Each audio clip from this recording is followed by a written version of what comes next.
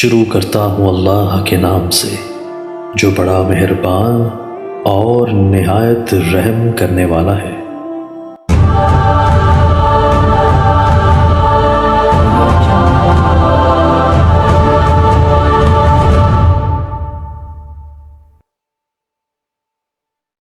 احرام باندھ کے طواف کر لیا تھا، صفا مروہ دوڑ رہی تھی کہ حیض آ گیا، کوئی بات نہیں، اس میں بھی صفا مروہ آپ دوڑ سکتی۔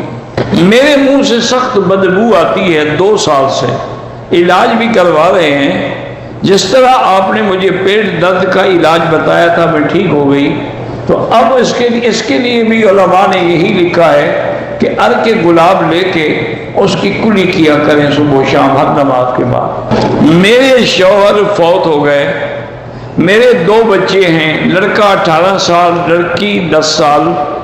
میری ساس نے مجھے مکان اور ہر قسم کی جائیداد سے بے دخل کر دیا ہے، بہرحال قیامت میں دے گی اور میں کیا کر سکتا ہوں، آپ کا حق ہے، آپ کو ملنا چاہیے، کورٹ میں چلی جائیں۔ بہرحال آپ مکہ میں جدہ میں رہتے ہیں، مدینہ جائیں، نماز قصر ہوگی۔ میرے والدین فوت ہو گئے، میرے والد نے زندگی میں بڑے بھائی کو زمین کا ایک حصہ دیا، ہبہ کیا، حکومت سے قرض لے سکیں، مکان بنا سکیں۔ یہ مقامی علماء سے مسئلہ پوچھا کریں، ان کو صحیح حقائق کا پتہ ہوتا ہے، وہ صحیح فتویٰ دیں گے۔ میں بیوہ عورت ہوں، اسکول میں پڑھاتی ہوں، 10 تولے سونا بیٹی کی شادی کے لیے امانتاً کسی کے پاس رکھوا دیا ہے، زکوٰۃ دینی ہوگی، کیونکہ چاہے بیٹی کو بھی دے دے پھر اس کو دینی ہوگی، کیونکہ 10 تولے جو ہو گیا 7.25 تولے کے بعد تو زکوٰۃ شروع ہو جاتی ہے۔ آپ نہ گھبرائیں، پیسے کم نہیں ہوں گے، زکوٰۃ سے اور برکت ہوگی۔ اگر ہم نے نماز میں آخری تشہد میں عبدہ و رسولہ تک پڑھا، آگے نہیں پڑھا تو نماز نہیں ہوئی، یا تو سجدہ صاف کرتے یا دوبارہ نماز پڑھو۔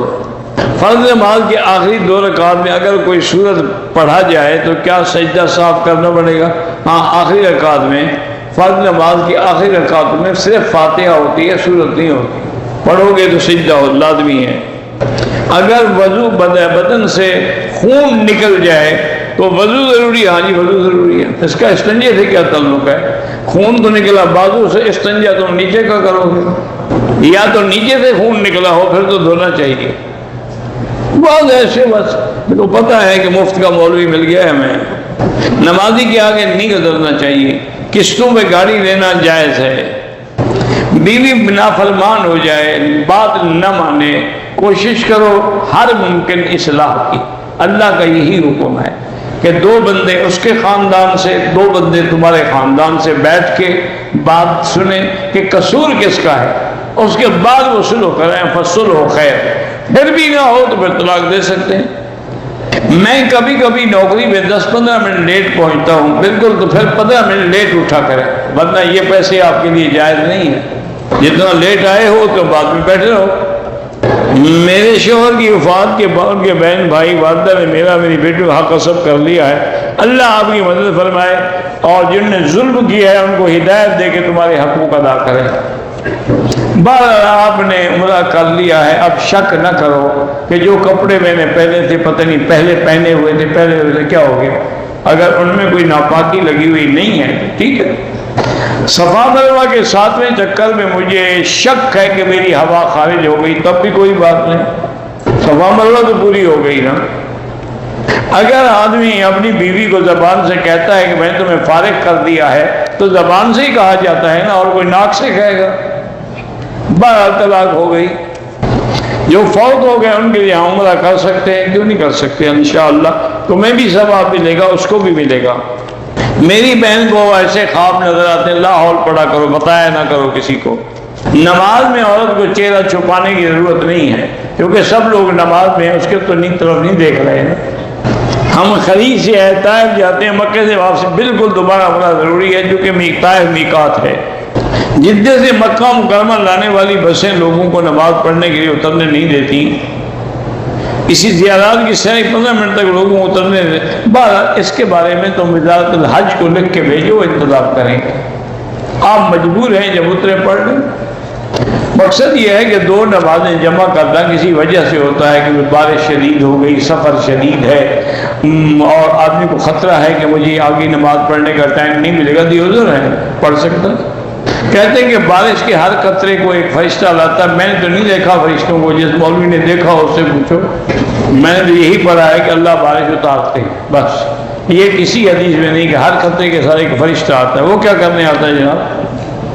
اگر ہوٹل میں سامان رکھتے ہوئے احرام کے اوپر والی چادر اتار دی جائے بھول کر یا گندی ہونے پر تو کوئی حرج، دھو لے. رفع دین کرنے نہ کرنے دونوں کی نمازیں ٹھیک ہیں، تو بلا وجہ جھگڑوں میں نہ پڑو. یہ مسائل علماء کا کام. میں غریب آدمی ہوں، میں نے عمرہ کر لیا، طواف بھی کیا، صفا بھی کیا، حلق نہیں کرایا. اچھے غریب آدمی عمرے پر تو آ گئے ہو، غریب کیسے ہو؟ حلق نہیں کرایا تو اب حلق بھی کراؤ اور دم بھی ادا کرو. ہم 15 سال میں مدینے میں ہیں. پہلے عمرے میں پتہ نہیں تھا نقاب بھی چہرے کے ساتھ نہیں لگے گا، پردہ بھی ہو جائے گا. ٹھیک حکم شرعی یہی ہے کہ آگے کپڑا لٹکا دے. جیسے بی بی عائشہ فرماتی ہے صدلنا علی وجوہنا، ہم اپنے چہروں کے آگے کپڑا لٹکا لیتے تھے اگر آدمی آتے تھے. دم کی کوئی قسم نہیں ہوتی، دم جبر ہوتی ہے اور ایک دم شکر ہوتی ہے.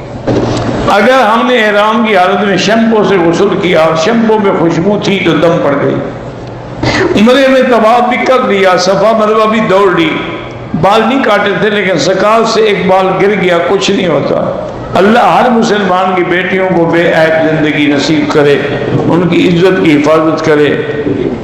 میں نے ایک کمپنی میں کام کیا تھا. میں نے بہت پیسے، ایک ہے کمائے، ایک ہے ان کے چوری کیے.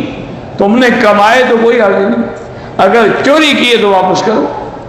میں اپنی بیوی کے ساتھ بیٹھ کے کھانا کھاؤں یا ہاتھ پکڑ کے بیٹھ جاؤں تو کیا ہے؟ کھانا چاہیے. حضرت پاک اپنی بیویوں کے ساتھ بیٹھ کے کھانا کھاتے تھے. آپ کے لوگ اچھا نہیں سمجھتے تو وہ کیا اچھا سمجھتے ہیں کہ دوسروں کی بیوی کا ہاتھ پکڑ کے جاؤ، اپنی کا نہ پکڑو. یار عجیب لوگ ہیں، کیا کریں.